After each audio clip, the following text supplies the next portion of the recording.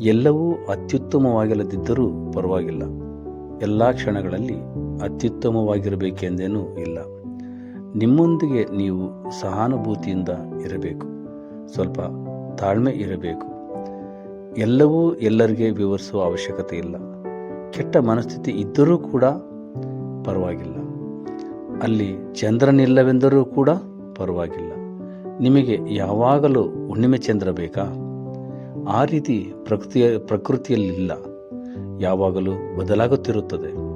ಹುಣ್ಣಿಮೆ, ಅಮಾವಾಸ್ಯೆ ನಂತರ ಮತ್ತೆ ಹುಣ್ಣಿಮೆ ಬರುತ್ತದೆ.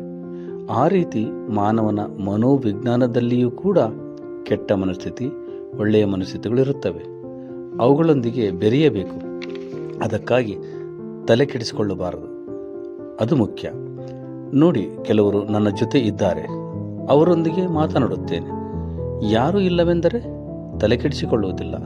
ನನ್ನ ಪುಸ್ತಕವನ್ನು ತೆಗೆದುಕೊಳ್ಳುತ್ತೇನೆ, ಓದುತ್ತೇನೆ, ಇಲ್ಲವೇ ಧ್ಯಾನ ಮಾಡುತ್ತೇನೆ ಅಥವಾ ಸಂಗೀತ ಕೇಳುತ್ತೇನೆ.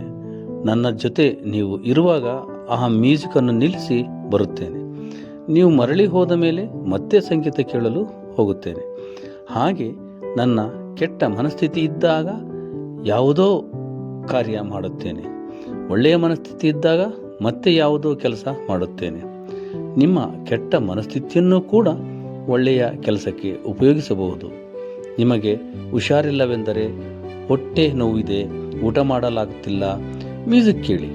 ನೀವು ಚೆನ್ನಾಗಿದ್ದಾಗ ಡ್ಯಾನ್ಸ್ ಮಾಡಿ. ನೀವು ಪಿಕ್ನಿಕ್ಗೆ ಹೋದಾಗ, ಬೇರೆಯವರನ್ನು ಭೇಟಿ ಮಾಡಿದಾಗ ಒಳ್ಳೆಯ ಮನಸ್ಥಿತಿ ಇರುತ್ತದೆ. ನೀವು ಮನಸ್ಸು ಸರಿಯಿಲ್ಲ ಎಂದರೆ ಭೇಟಿ ಮಾಡಬೇಡಿ, ಮ್ಯೂಸಿಕ್ ಹಾಕಿ ಕೇಳಿ.